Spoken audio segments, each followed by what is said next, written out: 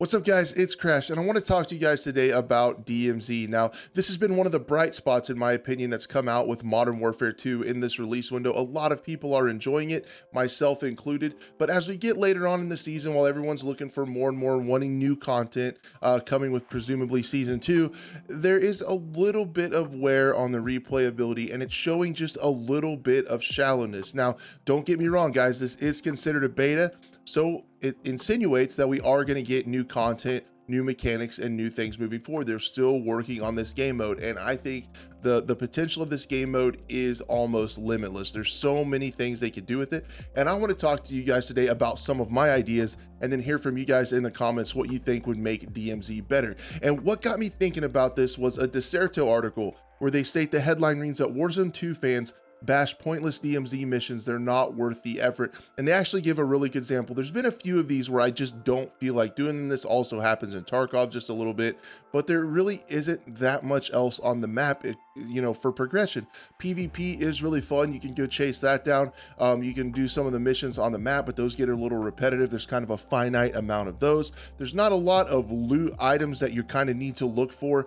And overall, I just think I'm going to talk about it as we go on, but I think DMZ needs to be a game mode where raids have the possibility of turning into a story. When Nikita talks about Tarkov, now I know this is nothing like Tarkov. You can't argue that there aren't some Tarkov influences and inspiration in this game mode with how Building 21 looks and some of the terminology that they use and the gameplay loop. I look forward to your comments telling me that it's not Tarkov. But what Nikita says he wants a raid to be, the perfect raid is something that's a story, something you're excited to tell your friends about. It progresses maybe a 0 to hero run, or you get a quest done, or you find a really exciting item and have to fight your way out.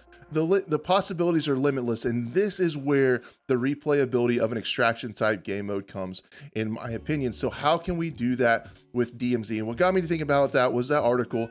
The example they gave is a really good one. It's a pretty rough quest, in my opinion. It's the good prep quest where you have to deliver 90 gas masks to any dead drop and extract 100 radiation blockers. That's going to take quite a bit of time, and your rewards are an Expedite 12 shotgun that you could lose in the very next raid, and 20,000 XP. And if I'm guessing, a lot of folks that play quite a bit are probably getting really close to that 250 XP level cap. If you're this far along in the questing, you're probably right there, and that XP really isn't even going to mean anything, because with no prestige, once you get to 250, you don't progress with XP anymore. So that's kind of a pretty rough reward for a massive quest. It's going to take quite a bit of time. So what I wanted to talk to you guys today about is what I think could be added to make DMZ replayable no matter where you're at in your progression, and things that would make it fun and add a little bit more depth. Not a lot. A lot of the charm to DMZ, and I'm going to talk about this as we go, is that it doesn't matter if you're just starting out or if you play every single day for several hours. Everyone has a chance to play and everyone can have fun. So I think that's really the charm that comes with DMZ as compared to Tarkov. And one of the things that helps with that, I believe, is no flea market. Now, I look forward to your guys' comments, because I've seen a lot of people say that we do need a flea market, and I am in the opposite camp. So I want to talk to you about how the flea market changes things. If you think about it, and you can buy anything that you need on the flea market, if you can buy any kind of tricked out guns, anything that you need, vests and stuff like that, it starts to give a really big advantage. This can be seen. The case study is Tarkov with the flea market. The case study is that, and you can see that essentially people that are quote unquote no lifers, or people that are able to play quite a bit, not faulting them at all. I play quite a few video games. People that do that get a distinct advantage. It becomes a money grind simulator. Everyone wants to just make money. And then eventually you get to a point where you can buy anything you want. You go into every single raid kitted out. Everything starts to feel the same. You just buy the meta gear and you go in, and it's almost automatic. People who aren't able to play that much, having to start out with stock guns, maybe only one insurance slot, they're not able to get the 3-plate vest off the bat. That really hinders them quite a bit. And then the economy, I feel like, in DMZ would be incredibly tough to keep balanced. Tarkov wipes all the time.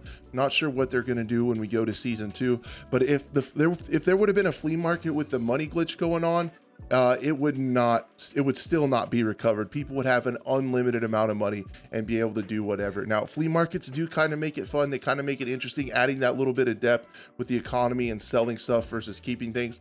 There's really not any reason to keep anything with the way this game is set up. I just think a flea market, at least right now, is not a good idea, because it would take away some of that charm of anybody being able to hop into DMZ, be competitive, and have a good time. So I'm saying no flea market. You can roast me in the comments, I can handle it. But what I do think it needs along those lines is we 100% need a stash to hold things like gas masks, vests, and self revives. There's already a really nice one with the keys, and there's already a nice one with contraband. And I think they did a really good job. On the podcast on Monday, Buff talked about this just a little bit, and he said we could have these things, but with a limit. And again, this keeps people who can play a long time from having a massive advantage. It's just like it is with keys and with contraband weapons. You can only have so many. I think that would work really good with this, because what it would allow you to do is kind of decide how you want to play. I think 0 to hero runs are really fun, where you go in with not a lot of stuff, you collect it, and then you can kind of get ready maybe potentially for maybe playing some Building 21 with your friends, where you want to go in a little bit more kitted up, unlock some rooms, try to get out with the weapons case, and you kind of play during the week, save up your gas mask, vests, and selves, save up all that stuff, and then go in really kitted out on the weekends. As it is now, if you lose that stuff, you kind of have to go back to the start and recollect all those things, which it does add a little bit of sadness and risk when you die. I do get that, but I think a stash to hold that stuff, use it when you want to, hold it back when you don't want to, would add a lot of replayability and just kind of let you play differently in how you want to play. The other thing I think would be really cool is bring back crafting. We saw crafting in the campaign, and they could potentially be doing this. It seems like it would fit in really well. Maybe make certain things like grenades and stuff like that a little bit harder to find. Maybe ammo boxes harder to get, and then you can craft things. Maybe you can craft a pry bar to get into a stronghold, or you can get into a locked room maybe that you can't normally get into. Add some of these crafting things that you can do to make loot, make the odds and ends loot around the map mean something, so you're actually looking for something. Right now with looting, everything's just money, no matter what it's called. If it's wine, if it's hard drives, it's encrypted hard drives, any of that stuff, jumper cables, it's all just money. It really doesn't mean anything. But I think having crafting would add that, and it would add even more directions, even more webs and ways the raid could go, and you could really change how you play the game. If there were certain places that had certain things you knew you needed to go, maybe to the quarry to find stuff to make a pry bar to open up a locked door that you can't find a key for. Things like that. It would all have to be balanced quite a bit with how rare the items are, how easily that is attainable, but I think crafting would really add a lot to the game and a way to add depth and replayability. The other thing I would love to see are attachments on the ground. Now, this would really lend to those 0 to hero runs, making your raid into a story, starting out with nothing, extracting with a bunch, maybe getting into some PvP. And what I mean by that is if there were attachments on the ground, you could potentially go in with just a pistol or just a knife, kill an AI, and go ahead and take their gun with maybe not a lot of stuff on it. A lot of them just have 1 or 2, if any, attachments, and then you could go around the map. They would have to probably be pretty rare, but you would actually be able to find attachments and add them to the gun. Now, what we're doing is we're making the loot worth something. We're making looting worth something, finding stuff. It's not just PvP and completing missions. We're adding another phase to the game of making the loot worth it to find. The other thing I think would be really cool is if some of the attachments aren't very fun to unlock in multiplayer, it'd be really cool if the attachments worked the same. If you find it in, if you find it in DMZ, and extract with it, it's unlocked for you in multiplayer, just like it works with new weapons and DLC weapons.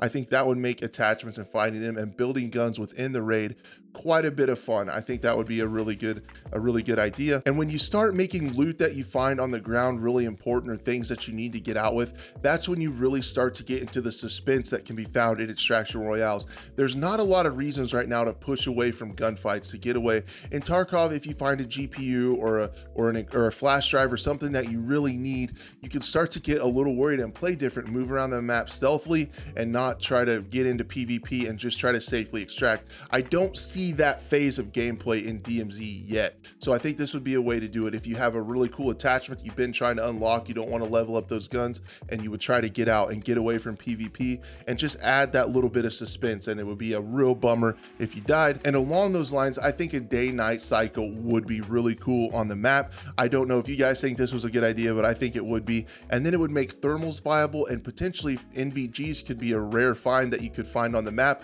or maybe a reward from a tough quest like they work in the campaign. And NVGs and thermals would be viable and they would be findable on the map. Again, adding to looting, adding to the reason to look for stuff other than just money to buy streaks and raid, and then it's all gone at the end of the raid. It goes to XP that you probably don't even need. So I think a day-night cycle would add a whole nother way to play. It would also make a lot more attachments you could potentially find on the ground really strong and a lot of fun to use. I'm sure this is going to happen, but in my opinion, the quests are kind of on the right track. Just the rewards need to be worth it. As the example we talked about earlier in the video, there just needs to be a reason to go through all this stuff. It's like some weapon skins, some blueprints, or some operator skins, or something that you can show off in multiplayer. And some of these rare quests would be really neat to do. There's some infamous quests in Tarkov. You know, you have your shooter board in heaven, tour guide, a lot of those big time quests in Tarkov. When you get the Killa quest where you kill Killa 100 times and you are able to rock the tracksuit, something like that in DMZ would really be cool. And it would not surprise me if something like that is coming. One of these really tough quests, it takes you a long time, potentially takes you weeks to complete. And then you get an operator skin that you can use in multiplayer in Warzone, and people know that you did the deed and you got it done. That would be pretty cool to show off. And on top of keeping the quest moving forward, I think new maps are definitely a must and likely gonna happen. Building 21 was a great addition, another way to play and completely change up the gameplay loop. It is rumored, it's alleged, it's potential that the new castle map for Resurgence is coming in season 2 of Warzone 2. And it is rumored also that DMZ will be playable on there with more PMCs on kind of a smaller area. So it might be a little bit more action and quite a bit of fun. So keeping new maps coming to the mode will help quite a bit. Anyway, guys, I think that's all I could think of to help DMZ keep it moving forward. I love reading your guys' comments. You guys always have some awesome ideas, so I look forward to hearing from you down below. Thank you guys so much for watching and sticking with the channel. I appreciate you more than you know, and we'll see you later on.